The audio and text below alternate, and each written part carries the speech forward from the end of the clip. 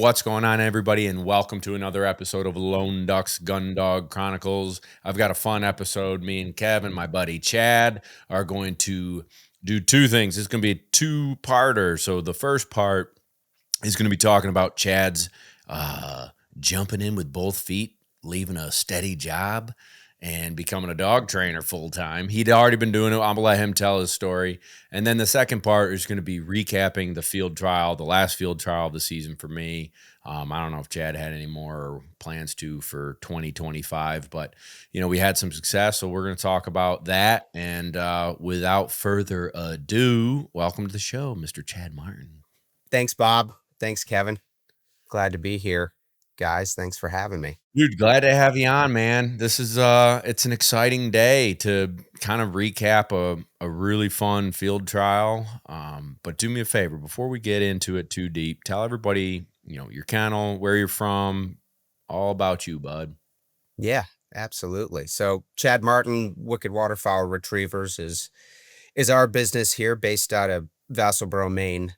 So we started, I think, a little over 5 years ago, started training professionally, had a day job at the time that we can get into that whole transition, but went full-time here 6 months ago. So we, fairly new in the game still here, but training for 5 years, full-time for the last 6 months. And let me just back up real quick. We have a mutual friend that's kind of been a mentor as well. Like one of the guys that took me in when Buck was a puppy, Terry Price, and you've spent a lot of time with Terry. Kind of talk about how that's developed and led you down the path. Yeah, big time, man. So that's would not be doing this at all if not for Terry Price and Angela Price. Wonderful people. So we my last job, I moved to Charlotte, North Carolina for I think a little bit over 3 years when I started with that company, and had my first dog at the time. But I still have that dog. He's old and retired now, but moved to Charlotte, and like my first objective was I need to find a trainer to work with. And I was like, didn't know what I was doing with this dog, doing a hack job, whatever. Knew I wanted to run hunt tests, didn't really know what it was. Found Terry. He was like 20 minutes from where we ended up living, but it's kind of a funny story. I think I called Terry like 3 times. And my pitch was probably not appealing. I was like, yeah, don't really want to leave my dog there very long. Want you to teach me how to do this. Yeah. Awesome. Not a great pitch to get in. For you. Yeah. So I don't know, 3 voicemails in, Terry never calls me back. I started going to the kennel, and he had a gate. Yeah. It was always closed. And I don't know, the 4th or 5th time it sounds like he had the gate closed for you. He probably did, but one day he left the gate open, and I'm like, all right, I'm going to drive down this dirt road, and I'm either going to get shot at or I'm going to make a new friend. And long story short, made a new friend. Yeah. Threw birds for Terry several days a week after work. And just has been an incredible mentor for me. So we've wintered, moved back to Maine, I think 5 years ago, and we've wintered at Terry's ever since we started training dogs here. So that's cool. Yeah. One of those, I think we've both probably had some pretty incredible mentors in this, but it's, one of those things I reflect back on, like, man, he didn't know me anything. And I think about that with all of the guys that have helped us. Like, Blaine Tarnecki, I think I called him like 10 months ago and needed some advice on going full time. Just wanted to talk, like, hey, you did this with young kids, with a wife, like how'd you make this work?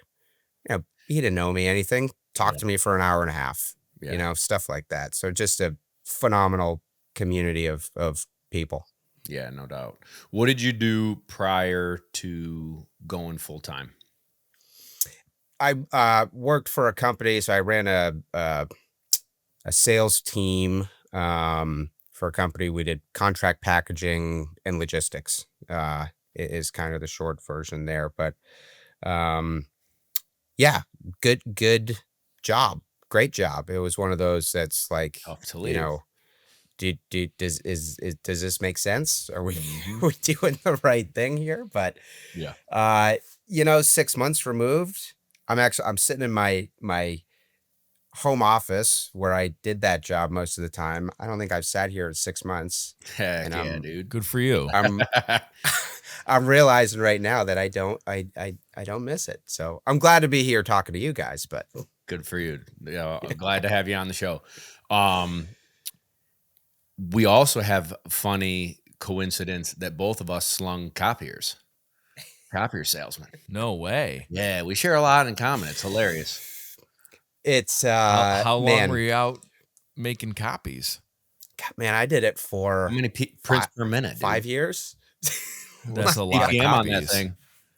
It's a And I PPM. told Bob a few weeks ago when I saw him, I'm like, I still can't drive through my town and the towns around us with like going past a lawyer's office or a dentist's office and Man. thinking like, yeah, I could go sell them a copier right now if I 100%. wanted to.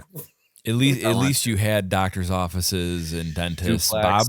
Bob was in like a farm community that was his territory. It was like farmers. Oh yeah, it was bad, dude. Well, listen, so when I took that job, I was a sophomore in college and I went on full time with the company. They put my territory. I went to the University of Maine in Orono, Maine. My territory was like 3 hours northeast of there. And Really but setting you it, for it success. it was similar to that. They had like one hospital, one restaurant. I'm like, I don't know. It was I but used to a find- good learning experience. Yeah, I used to find that churches were like a good one because a lot of them would print their own bulletins for the weekend, and so they're ripping copies, and that's what we sold, baby. Going through a lot of paper, those churches are. Oh, Praise be the old copy yeah, machine. we got that profit margin, son. Yeah, in the Lord's name, print, baby, print. Yeah, no, I sold a bunch to some churches, and I'll tell you what, man, it made me good at talking to people. I Mhm. always was good at talking to people, but it made it hone your skills to be in uncomfortable positions because no one is like, oh my gosh, the freaking copier guy's here. This is awesome. Mhm. It's always they hated you, and the thing's Absolutely. always broken, and get out and don't come back until I need you. And it set me up for a lot of really good learning experiences as a salesman. So I'd actually encourage a young person to try it because you get your teeth kicked in, and then you learn how to cold call, and you learn how to knock on doors and be uncomfortable. And also, like a lot of them, us, like we were young, so we're like going and talking to like real adults, trying That's to sell 'em. intimidating. Yeah, trying to It's sell 'em bizarre, man. I think back to like 18-year-old me walking into someone's store, like they shouldn't have talked to me. There's no No. way. Yeah, I'm looking But they at my did. So yeah, Yeah, dude, whatever. It all led you here from exactly. slinging copiers to slinging dog poop. That's right. That's right. How many dogs you got at your kennel now?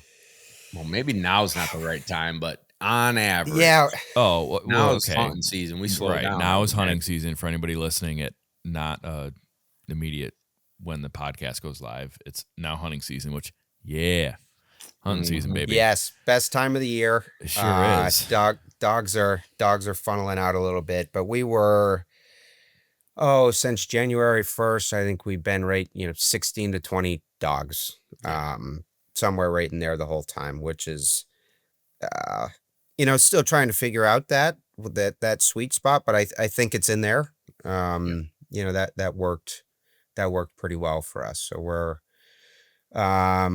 I think we're at 16 right now, which normally they're funneling out a little bit more, but we got a ton of young dogs Yeah. right Same. now. So, dogs that are too young, they're probably not going to go hunt this season. Yeah, So, I'm in the same boat. I'm um, actually not as slow as I usually am this time of year, which is good. I mean, that's a good thing and a bad thing. Like, whatevs. Just work harder, I guess. But let's talk a little bit because I get asked all the time. And so you talked to Blaine about it. You had some great mentors. You had done it on the side for 5 years, like you had said. So you're not like cash and chips. I trained one dog, to an HRCH, and now I can become a pro.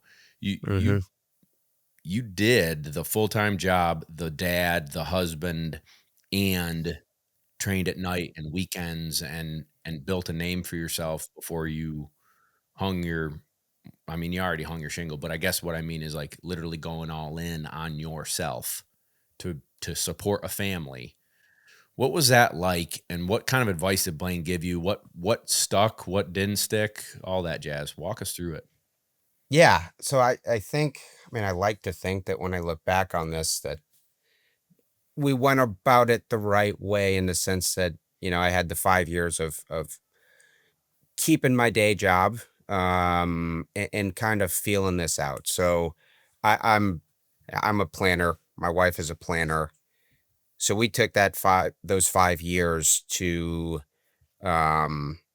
test everything and make sure that this was going to be a lifestyle that we wanted and that the financials were going to work. Both of those things needed to be true. So yeah, we modeled out everything. Like I think there was a financial model for every possible scenario you could think of. I mean, to the nth degree. It was What does your wife probably do? my wife was a teacher, and she's home with the kids now. So that's when I originally started training dogs part time, it was the main reason we did that. We were about to have our first kid, and both of us felt very strongly that if my wife could stay home with them, we wanted to make that happen. My first thought was, hey, if I can train dogs, can I supplement your teacher salary, and we're all Mhm. okay. So that was kind of how that started.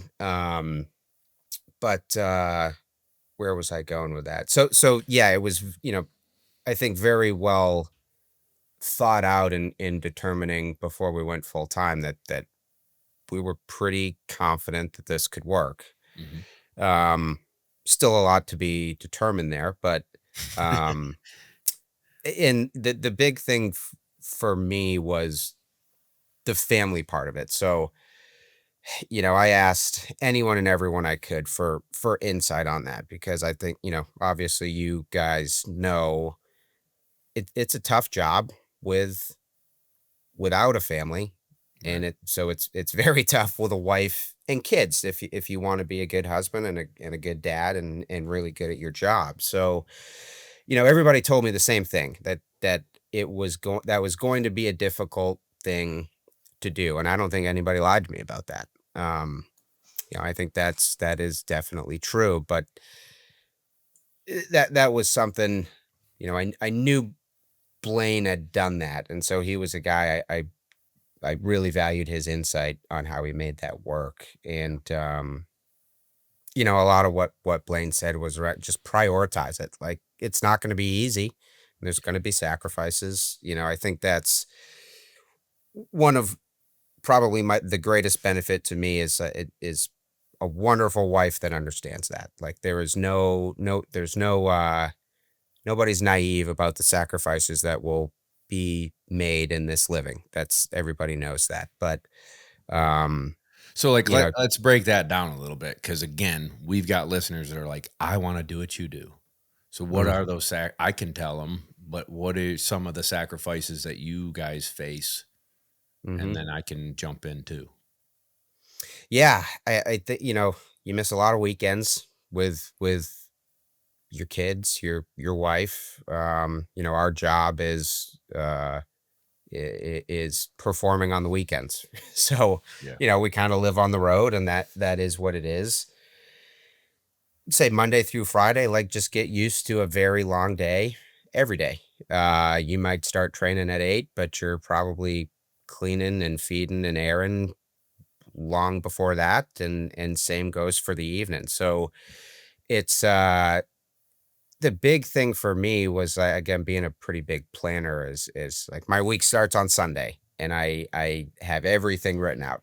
Like I know what to the best of my ability, I try to know my entire schedule for the next 7 days.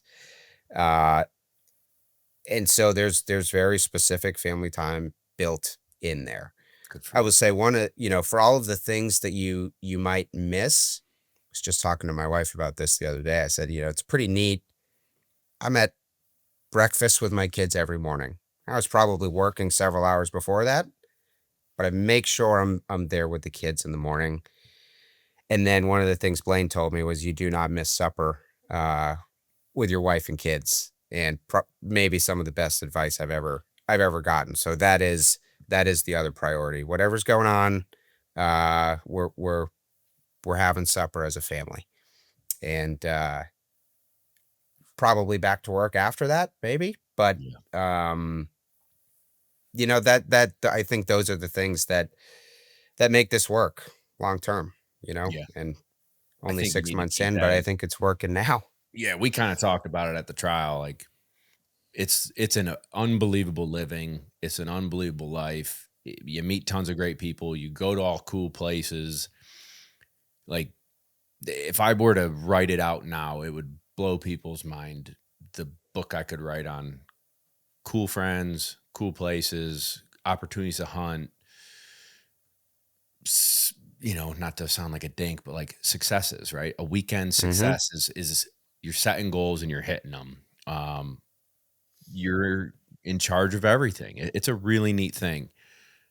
But and Kevin can be a testament to this. It's like I'm not around that much, and that part sucks. And that part I can look back on and say those are things I screwed up on, where I prioritized my clients, I prioritized the dogs, I prioritized the podcast, I prioritized everything else, ex- and family time suffered from it.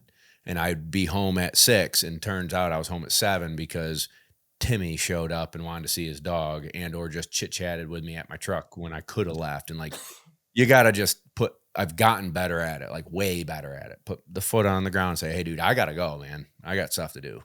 Have a good one." Or no, you can't come see your dog. It's 7 o'clock or it's a Sunday. Get out of town. Go find a different trainer if you can't handle that. Yeah, I got better at it, but when I was starting out, I screwed up. So I would say learn from that mistake. But Blaine's hit the nail on the head. Breakfast with your kids, that kicks ass. Dinner with your wife and kids, that kicks ass. Don't ever lose that. Because we yeah, are gone on weekends a bunch and summers fly by, and that's a big one. And I think people just see us playing with dogs and see the sexy stuff and they forget sacrifices are real as well. for sure. So the positive is like I look at some of the guys and gals that their sales jobs take them away from their family, Monday morning and get home Thursday night, and they're in wherever the plane takes them, or they're in working the night shift as a police officer, or they're in the military and they're over in freaking fighting wars. I almost said the Mhm. other F word. I was good. That one's almost slipped. Fighting wars. It was two F's at once. It almost got me. Fighting wars, and their significant other has to sit home wondering and worrying. Like at least we're here, and so maybe that was in the back of my head as like, Mhm. yeah, but it could be worse, and so I allowed other things to not take precedence for those that I care about. But um, we do get to do cool stuff. Yeah. Yeah, that's you nailed it. And that was one of the things, like, that I often thought about before we did this Was all the cool stuff. well, Yeah, I think yes, about the cool stuff yes. too, man. Well, I mean, and it sounds, I don't know, sounds cliche, but, like, to have a job that you think about it when you go to bed, and you think about it when first thing when you wake up in the morning, Mm-hmm. that's pretty damn cool. There's not that's a blessing and a lot curse, of people. though. It's a blessing and a curse. It is. That's a It blessing for and a sure curse, is. though. But I can't change it. No, I know. I just mean, like, Yeah. man, it's a good thing that you're very passionate about this, because Right. for you to have something be not just your job and your like mental focus on that, but also your hobby and things that you are excited to talk about and whatever. Like, you just train dogs all day, and now you decide to jump on a podcast and talk about Training dogs, right? Like, but it's something that you like and are passionate about, and so to have it take up a lot of your time, mental bandwidth, as they say. Mm-hmm. yeah, I always think it's like when people are farmers or when people are like doing ranch work and things like that, like it's sun up, sundown. You're always thinking about it. Something's always going on. Something's always broken or needs fixing, or like there's just always something going on. Yeah. You're never done. Another thing that I learned to do is not worry so much about the things you didn't get done that day, because there's always tomorrow. And if you were to look at your That's what I'm working on. I'm working Yeah, on this. that one's hard. That one was really hard for me, because I'd be like, it was a good day, but I didn't get this, and I could have kept working for 3 more hours. And I have gotten better at not dwelling on it, not losing sleep over it, not waking up in the middle of the night thinking about it. Where it's like, dude, we crushed as best as we could today. Every dog got it today. The best I could do. So if I didn't answer that text message, if I didn't call you back, if I didn't, those are things that I can put away so that I could do family time, or go out to eat or whatever the case may be. And I've gotten better at that. But yeah, that like mental list of what you could have gotten done if you just worked 3 more hours and done a 15-hour day instead of I'm not a big math guy, but I think 12-hour day. You know what I'm saying? Like 15-hour day is kind of easy to do. Yeah, it absolutely is. And that's I think this is a job, like you can't kind of like it. Yeah. Like if somebody asked you, do you love your job? I think if your answer was, it's okay, you couldn't do this. There's no way. You have to love it. And You know who told me have that to one? probably be a little bit crazy. Terry Price told me that.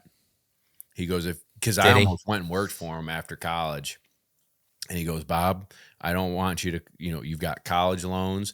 I don't want you to move down here to Charlotte and, give up opportunities to, have a real person job. But if you were to, it would tell you if you love it and want to do it for the rest of your life, or you'd learn real quick that you don't want to do this the rest of your life. And that was the thing that sticks in my head. And I ended up taking a different sales job or something. And, I don't know, 8 years later, started doing it. But yeah, that was his advice. Like you either love it or you ain't gonna cut it. Yeah, there's no way. You could not possibly half-ass this or partially enjoy it. Yeah. No. What I think is interesting though is like I people ask me all the time, like, how's Lone Duck doing? How's Bob doing? Blah blah blah blah blah, whatever, like friends and whatever, right? And they're like, man, he works a lot. He's got so much going on. I'm like, yeah, but he loves it. Like, this is on the whole, yes. Are there days? Are there whatever? But not many people consider that they are pretty fired up about their job as much as you are. Most people are like, man, Mondays, am I right? It's like that sort of attitude. Yeah. Seriously, my saying is every day is We Friday. don't even know what day it is. Yeah, That's every day's true. Friday when you work every day, baby. So cheers. Yeah, that. But I mean, but it's an interesting point though. Like, yeah, but most people work their tail off and don't like what they do and don't feel like they can have time to go hunting on a Wednesday if they feel like it. Yeah, well, there were a lot of years that I couldn't do that, bud. I know, I understand, but I just mean You're right. Most people hate their job. Most people work for the weekend. Yeah. Yep. Yeah, I think that's pretty cool that we don't do that. Yeah, I think that's pretty darn fortunate. Yeah. I agree. Shoot for the moon. You might land amongst stars, boys. Oof. Yeah. Mm, Some dream while they're sleeping. I dream while I'm awake. yeah. Stop that. No, Yeah, I got this more. This got gross. Hold on. Do you have What a is this one? list? This one. Go confidently in the You direction actually of have a your list. dreams. Yeah. No, this is when I moved south. I've got this on my desk. That's our niece when she was what? I don't know, 6 months old. That's Little. old Buck. That's me. And everybody's wearing their lone duck gear. Oh, ain't that sweet? Vacation. Look at that. That's some Wait, I wasn't even in it. Yeah, you are. You're right there. You're the chubby one right there. Oh, I see. Yeah, you got that double chin right I there. can see. Yeah, all right, don't zoom in. Yeah, that's old Buck. So, but this was given to me when that was the last family vacation when I headed south. I left like from there. And someone, sorry, I forgot which one gave it to me, but go confidently in the direction of your dream. So, all right, that's our last quippy. That's beautiful. Unspoken bond, bud. Everyone's wearing lone duck gear. What a glory days they were. So, all right. Speaking of chasing the dreams, man. Chad crushed Bob's. Yeah. Yeah. Well, listen. not Lovingly. really. Listen. Okay. We were in Maine together. This is your home territory. Yep. This was it the week before the one we did or 2 weeks? Yeah, I think it was A right week. Whatever. week before. Week before. For me, I didn't get to run any trials this year. I just had to run hunt test, and that was my first trial. Went there, didn't pick up 3 birds in the open, just picked up 2 and not the way you want to, and you out. So that's a stunk. And then went to the queue, and I don't remember JoJo's run, but not good enough to make it to the 4th. Oh, I think she went out in the 1st. So I got this dog, Bo, who goes to the 4 series, and he's doing pretty good. And on the retired bird, just did what a bunch of other dogs did, right? He got in the water. Or he go left or he stayed in the water. He stayed in the water. Too much. Stayed in the water, followed this little snaky channel thingy and out to no man's land, and Chase, you are almost in it until you weren't, bud. Yep. And do you remember what placement you got there? Because it was collar. Just I wasn't. think we got a 3rd and a jam that weekend. Yeah. And I remember we were walking back to truck and you were a little salty. I didn't get jack. I drove 8 hours in Maine and didn't get a ribbon. And you were a little salty and you're like, man, I'm so close. I'm so close. I'm like, dude, you know how many people work their entire lives and train a bunch of dogs and can't get a 3rd and a jam? Like, just keep it in perspective. It's going to hit. Mm-hmm. Fast forward to Connecticut. And we ended up rooming together. We had a great time in Maine. We're like, hey, buds, let's just get an Airbnb. Yep. So we did. And the night before, we're having a beer ski and we're laying in separate beds. Okay, I was gonna say we that. got this separate beds, everybody. Separate beds, and we're just laying there, just talking like 2 dudes do. And I'm like, man, all I want is you take first or like we each go 1st, 2nd, 3rd, and 4th. Like, that'd be sick. That'd be so cool, right? And so we go to the open in the Derby, right? You were in the Derby, I ran the open. Yep. And all I had was Boogie because Lizzie came into heat, Quinn was in heat, everybody was in heat. So I take Boogie. Wait, you went? I didn't catch this part. You went all that way with one dog? In the open, I had Bo and JoJo and Rambler in the queue. Okay. But that was the next day. Yeah, keep going. So I thought you meant you just went all the way for one dog. no, well, I would, but no, I didn't. Wouldn't have. I get it, but I ain't. Right. So we're texting. How did you do in the Derby? I don't remember. Not great. Actually, not good. Okay. Great. We'll So just bad. yeah, not good. So we'll just skimp over that, everybody. And I'm like, dude, I'm in it still. Like, this is ridiculous. I think this is like the 4th open I've ever ran. And I want everybody to know that I don't take credit for training boogie. That's a big one for me because I actually got a couple messages like, this has to be a highlight of your career. And it's like, no, I didn't train boogie from the beginning, right? If I did, hell yeah, that's the highlight of my career. But a lot of people had their hands in boogie's performance.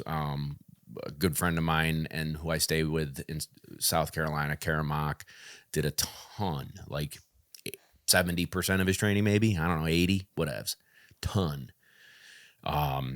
Jason Baker had him for like 6 months. I think Trish Jagoda had him for a little while. Like he's been around the block kind of dog, and he's spent 2 summers with me in his 6 years of life. 2 summers ago, and then this summer.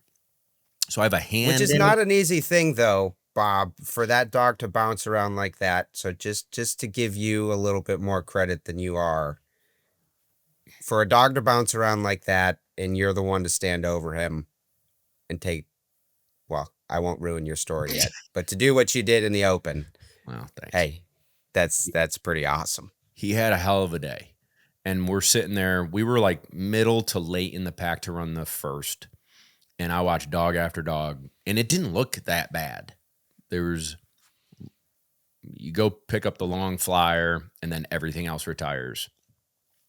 And dogs were backsiding and gut hunting and returning to the flyer station and just dog after dog. And I'm like going, dang, Boogie, we got to wait all day just for you to go out on this. Right? Like everybody else is going out. I wouldn't want to mind, especially when I hadn't picked up a 3 birds in an open or 4 birds in an open before. So I'm like, damn, this is a long sitting around and watching a lot of dogs screw up. And there were some really, really, really good dogs there that were making mistakes. So I'm like, wow, little HRCH Master Hunter and me going to the line, right? And he freaking pounds it. Like pounds the flyer, pounds the short retired bird, and pounds the long retired bird. I'm like, yo, now he's got to sit on the honor. And I've never made it far enough to ever have to honor with Boogie. Okay. So I have no idea what he's going to do. I'd had to honor on lead, right? So I'm like, dude, if you did so good, please just sit still. God, please. I'm like shaking in my boots that this dude's just going to take off on me. Like, oh God. Well, And what you happens? Say that again. He had to be on lead? Like No. leashed up? I've only had to honor on lead with him because we don't pick birds up. Okay. I was gonna say, I'm like, well, that seems not too bad. So Yeah, here's What do what you mean happened. honor? We have to honor here? I never been Wish here. they waited till the end. So I'm sitting there shaking in my boots, like, please, bro, just sit still. Like, he's jacked. This dog is a wild man. And he pounds it. So I'm sitting there like, okay, now we got to honor. Here we go. They miss the flyer. So now we get a no bird, and he's going, and they like crippled it. They're out there like dudes are running through the field trying to shoot it. They take a buggy with another dog to try and hunt it up in the grass. And he's sitting there going, come on. And he finally laid down next to me. And I'm like, I don't know if this is a good thing or a bad thing. Like, it was like 10 minutes of sitting on the honor. So come up, and one of the judge goes, do you want to put him on lead and like walk him away? And I go, no. Because as soon as I put the leash on and then take that leash off, he's going to think it's his turn again. And then I don't know what's going to happen. That was good. That was good thinking. Good call. Yeah. That's a good. Yeah. Because he's the type of dog that when you take that lead off, he like rips his head back and he's like, I'm back in the game. It's my turn. Like, he's fired up. Yeah. So we just sat there. He did great. He ran an excellent land blind. And then they combined the 3rd and 4th. So like he ran an excellent land blind. I'm like, holy crap. Again, this is the furthest I've made it. What's up next? What do we do now? What do I do with my hands? What do I do with my hands? Where are we going? I don't know. So they combined the 3rd and 4th. So typically everybody, you do a land series, a land blind, a water blind, and a water setup marks. Well, they combined it, but that means you got to run the water blind first. I don't know if that's a hard and fast rule. This is my first. I think it is. So we saw 2 marks go down. One was across the pond at about 3 and change. The other was a down the shore at like 150, 175. No off of those, run a blind behind the gun, over point, in the water, over point, in the water, over point, and then up a hill into the trees. Remember when I said it'd come back to you and you'd be like, it's oh, I know coming back, exactly. baby. It's coming back. It's coming back. Boom, boom, boom, boom, boom. And he slipped a whistle. He slipped one whistle. And I'm like, can you explain for people what slipping a whistle is, please? He didn't listen when I went, tweet. He kind of got behind a tree and you saw his nose go to the ground. Like he's smelling scent cone of where the blind is. And he's like, not even 10 foot off of it. And he just started to go into like baby little hunt mode. And I hit that whistle again, like beep, beep. Cast, picked it up. And I'm like, dude, the wheels are coming off. Butt pucker, level 20. Come back, pick up the down the shore bird. And there was a peninsula that a lot of dogs were getting out early, running on top of the bank, kind of looking around, hunting a little bit, and then jumping in the water and like swimming around the lily pads and finding it. He did not. He went down there, down the shore, stayed in the water like a good boy, bit a lily pad, and I'm like, he's got it.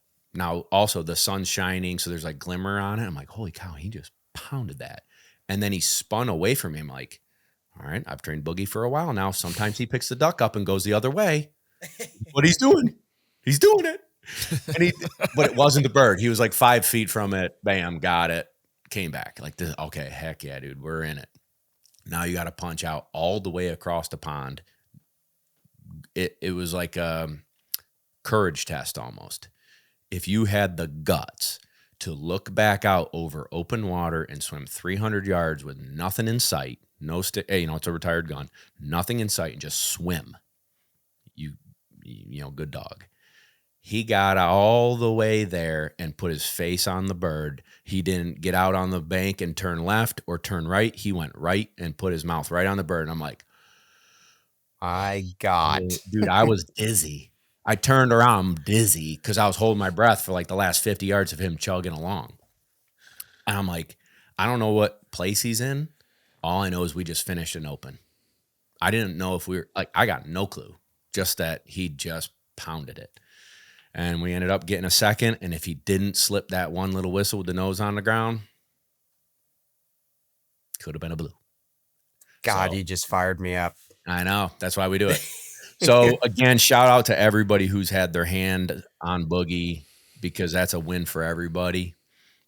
Great feeling. Now let's get into the queue. So we're laying there in bed like, oh, we could go, let's do it, dude. 2 bros, just 1, 2, 3, 4. Like, how sick would that be? I don't care if I get second as long as you get first and we both get qualified all age. How cool would that be?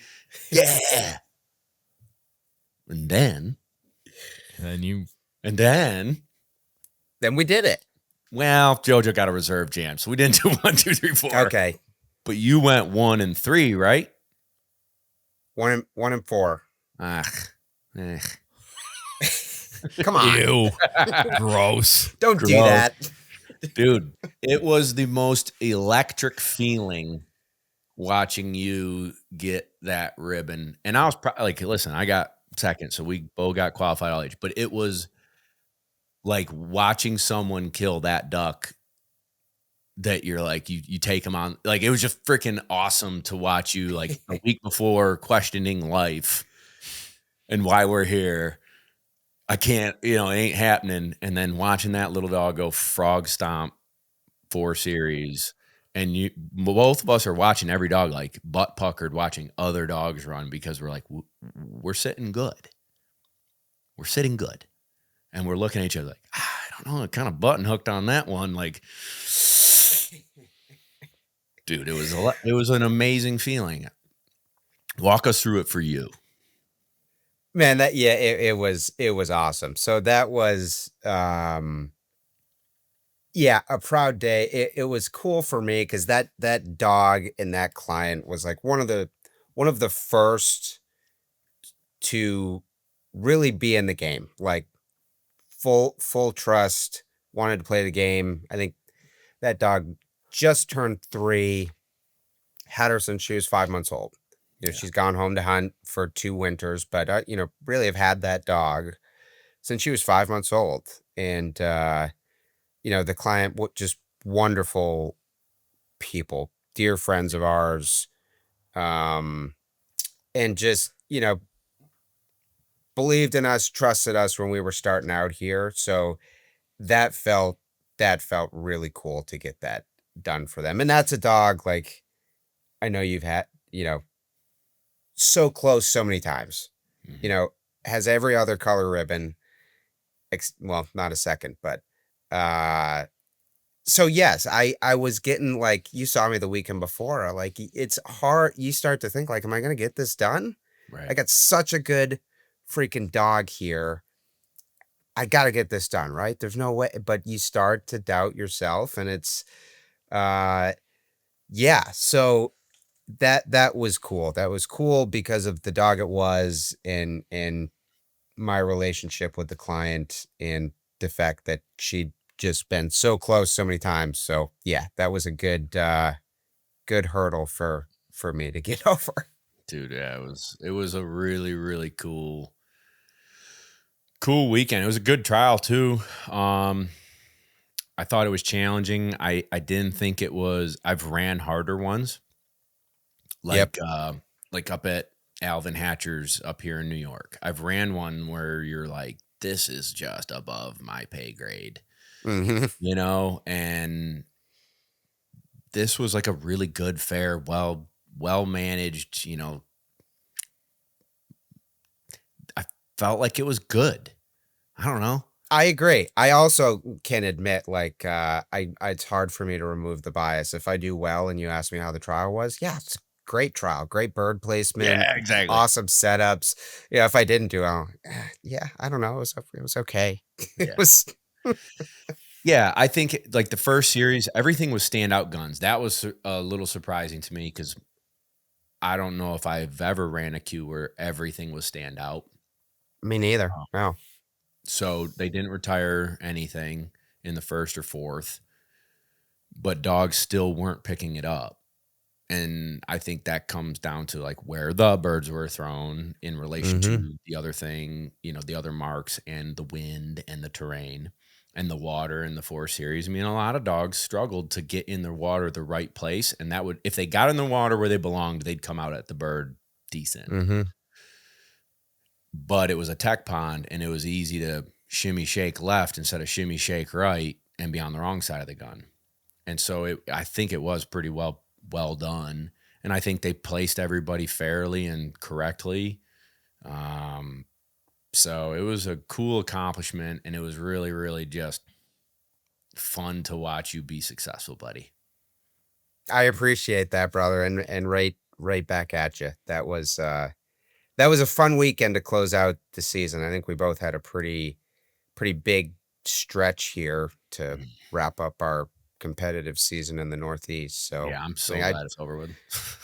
we ran a hunt test the weekend after to last weekend we ran a hunt test. That was our last event. So Yeah. it was it's time, man. I think when we ran that master test, it was like 28 degrees Friday morning. It's like, yeah, Oof. it's Duck it's No, season. that's hunting season. That's duck I season. know. Yeah, let's go kill stuff.